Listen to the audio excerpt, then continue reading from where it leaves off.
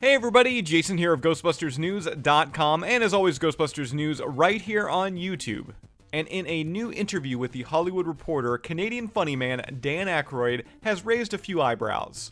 In that interview, not only does Aykroyd talk about returning to the role of Dr. Ray Stantz in this month's Ghostbusters Afterlife, but also a Great Outdoors sequel and the hot topic of cancel culture. When asked about his return in Afterlife, Aykroyd said, "It was full of joy, wall to wall. What a privilege to be asked back to do that. It was creative satisfaction working again with Ernie Hudson, Bill Murray, and Sigourney Weaver.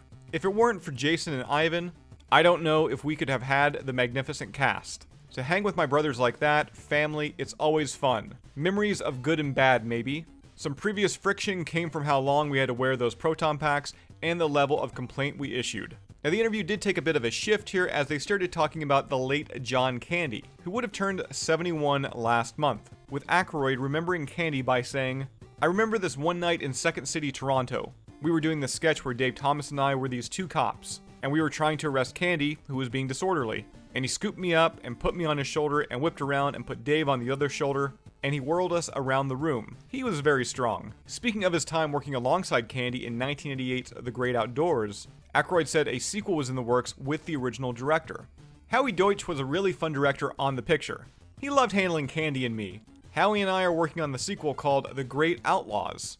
I am looking for a Candy figure. There are some really interesting names, but I can't say who. Howie and I are tickled to bring back Roman as a Ponzi scheme guy who victimizes a federal agent. Who knows, if I find the right partner." Now, as I mentioned, this interview is raising a few eyebrows, as Aykroyd did touch on cancel culture. There is enough range in humor where you don't have to go scatological, and you don't have to go pulling any divisive cards to get a laugh. There is so much in the world to comment on that is outside the realm of offensiveness.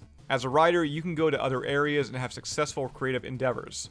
Scatological humor is fun. It's easy laughs, but there is more intelligent writing that can happen if you stay away from the offensive material that could be rightfully canceled for its hurtfulness.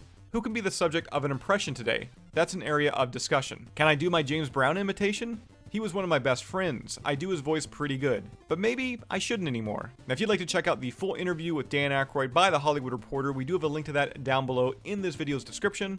And of course, I don't need to remind you, but Ghostbusters Afterlife does arrive in theaters exclusively on November 19th. That's all I've got for you here right now. As always, be sure to subscribe to Ghostbusters News here on YouTube. Bust that bell notification icon to stay up to date with everything that's happening within the Ghostbusters world. If you'd like to join up with Ghostbusters News, check out our Patreon page. We have a link to that down below in this video's description. And I'll see everybody right back here next time.